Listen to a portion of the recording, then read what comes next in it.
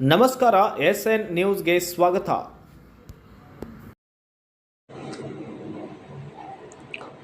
ಮುಧೋಳದ ದಿವಂಗತ ಶ್ರೀ ಶಿವಪ್ಪ ಈರಪ್ಪ ಮದರಕಂಡಿ ವೇದಿಕೆಯಲ್ಲಿ ಇಂದು ಮುಧೋಳ ತಾಲೂಕು ಘಟಕದ ಕರ್ನಾಟಕ ರಾಜ್ಯ ಬಣಜಿಗ ಸಮಾಜ ಕ್ಷೇಮಾಭಿವೃದ್ಧಿ ಸಂಘದ ವತಿಯಿಂದ ಆಯೋಜಿಸಲಾಗಿದ್ದ ಪ್ರತಿಭಾ ಪುರಸ್ಕಾರ ಹಾಗೂ ಸಾಧಕರ ಸನ್ಮಾನ ಸಮಾರಂಭದಲ್ಲಿ ಪಾಲ್ಗೊಂಡು ಕಾರ್ಯಕ್ರಮವನ್ನು ಉದ್ಘಾಟಿಸಿ ಮಾತನಾಡಲಾಯಿತು. ಶಿರೋಳದ ಶ್ರೀ ರಾಮಾರೂಢ ಮಠದ ಶ್ರೀ ಪರಮಪೂಜ್ಯ ಶಂಕರಾರೂಢ ಸ್ವಾಮಿಗಳು ಕಾರ್ಯಕ್ರಮದ ದಿವ್ಯ ಸಾನ್ನಿಧ್ಯ ವಹಿಸಿದ್ದರು.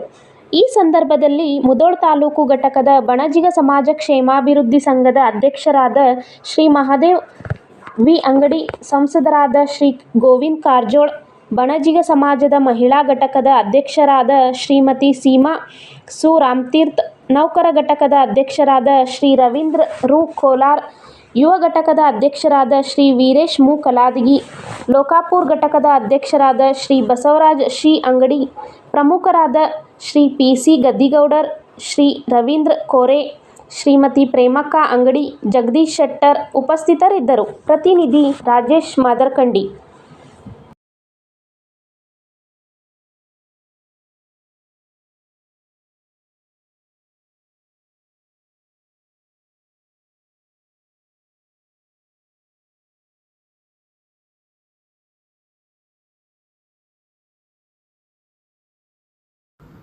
ವೀಕ್ಷಕರೇ, ಇದೇ ರೀತಿ ಹೆಚ್ಚಿನ ಸುದ್ದಿವಾಹಿನಿಗಳಿಗಾಗಿ ನೋಡ್ತಾ ಇರಿ SN ನ್ಯೂಸ್.